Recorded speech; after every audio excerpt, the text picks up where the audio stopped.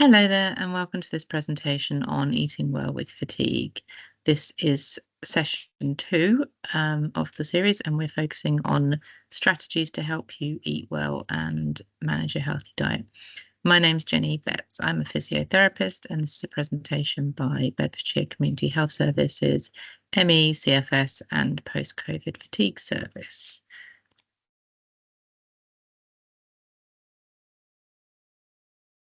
So we looked in the last session about what a healthy diet might be, and these are some reminders of the things that we want from our diet.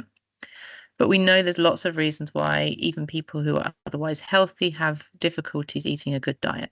We also know that when you're living with fatigue, those difficulties can be even greater. You may have had healthy habits before that you aren't able to prioritize now. You may not be able to eat in the same way that you could before.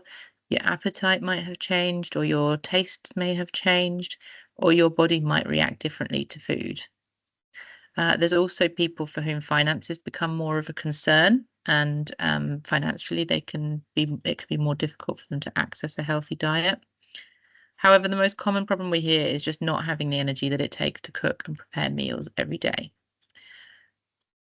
In this second webinar, I want to share some tips on that from the clinical experience that we have in this area, the British Dietetic Association, the ME Association, and of course, experience that our service users have had to help you overcome some of those barriers and improve your ability to access a healthy diet. We are also going to work in this session to try and link some of the concepts of managing fatigue in your cooking and eating with the general principles of managing fatigue so that you can kind of work towards a common goal, whether you're focusing on eating or other activities. There is a lot in this video, so I am going to break it down into a few sections, focusing on different topics. You can watch it all in one go or in separate parts, depending on how you are feeling. So the first thing we want to tackle is deciding what to eat. So deciding what you can eat can be the first hurdle in eating well. We did talk about focusing on general principles of what makes up a healthy diet, but it can get really easy to get caught up in getting it exactly right and sort of overwhelming yourself. In the same way as we may have talked about in other videos about managing activity, managing your sleep, and managing your emotions, you don't need to get it right all the time. Small, consistent changes is better than no change at all. And a change that you can stick with is much more likely to give you benefit than something that you can't keep going. It may be that you already have meals that you're happy with making, which you could think about adding more nutrition to. So more fruit, more vegetables as a side dish, or more healthy snacks during the day.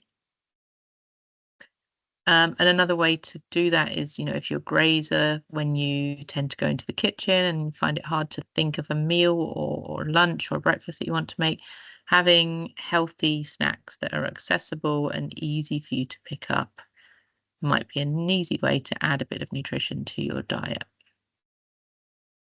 without thinking too much. Deciding what to eat comes often at a really inconvenient time of day. We especially dinner, you may have been making decisions all day about, when do I tidy the house? What am I going to clean first? Do I need to pay the car tax? Are we going to go on holiday later? Do I need to meet with my children's teacher? So you're already really tired of making decisions by the end of the day. And also, before a meal at any time of the day when you're hungry, it's much, much harder to think clearly. So it's a really difficult time to make decisions. So one strategy that we can recommend for dealing with that is to cut down the decisions that you have to make throughout the day. So if there's any other things that you can automate or make easier or delegate to someone else, then that's an option. But also thinking about decision making when it comes to food, just trying to cut down on the amount of decisions you have to make. I know it's quite a well-documented thing that there's some famous figures in the world that advocate for things like wearing the same type of clothes every day so that they don't have to think about what they're wearing, so they can focus their brains on more important things. And one of the strategies that we would recommend for this is deciding what to eat in advance through meal planning or menu planning. So this is an example of a meal planner, and it means thinking ahead of time about what you're going to eat on which day. Obviously, that does remove a bit of decision making on the day, but it also has other advantages. So with a meal plan in advance, you're more likely to spot times when you can buy similar ingredients or buy something in bulk for a meal, which might save you some money or some time going to the shops. You're more likely to be able to plan different meals over the course of the week. So there might be some days when you have to kind of fall back on something that you think is maybe not the best meal, but you can make up for it on other days when you can plan something a bit more healthy. You might also be able to plan for having more demanding cooking meals on days when you're a bit quieter otherwise, and vice versa. So having some things in stock that are easy to prepare and easy to cook on days when you know you're going to be very busy. And also you can make shopping lists in advance, and that makes it easier to delegate that task to somebody else or reduce the difficulty when you're actually in the supermarket yourself. There are websites that can make a meal plan for you. So I think I've referenced one of those in the resource book that comes with this. But there's other things you can use as well. You can use AI to think of meal plans for you. And then you can adapt them to your preferences if you want to. There's also the option of meal subscribing services. So I've put some examples of those up there.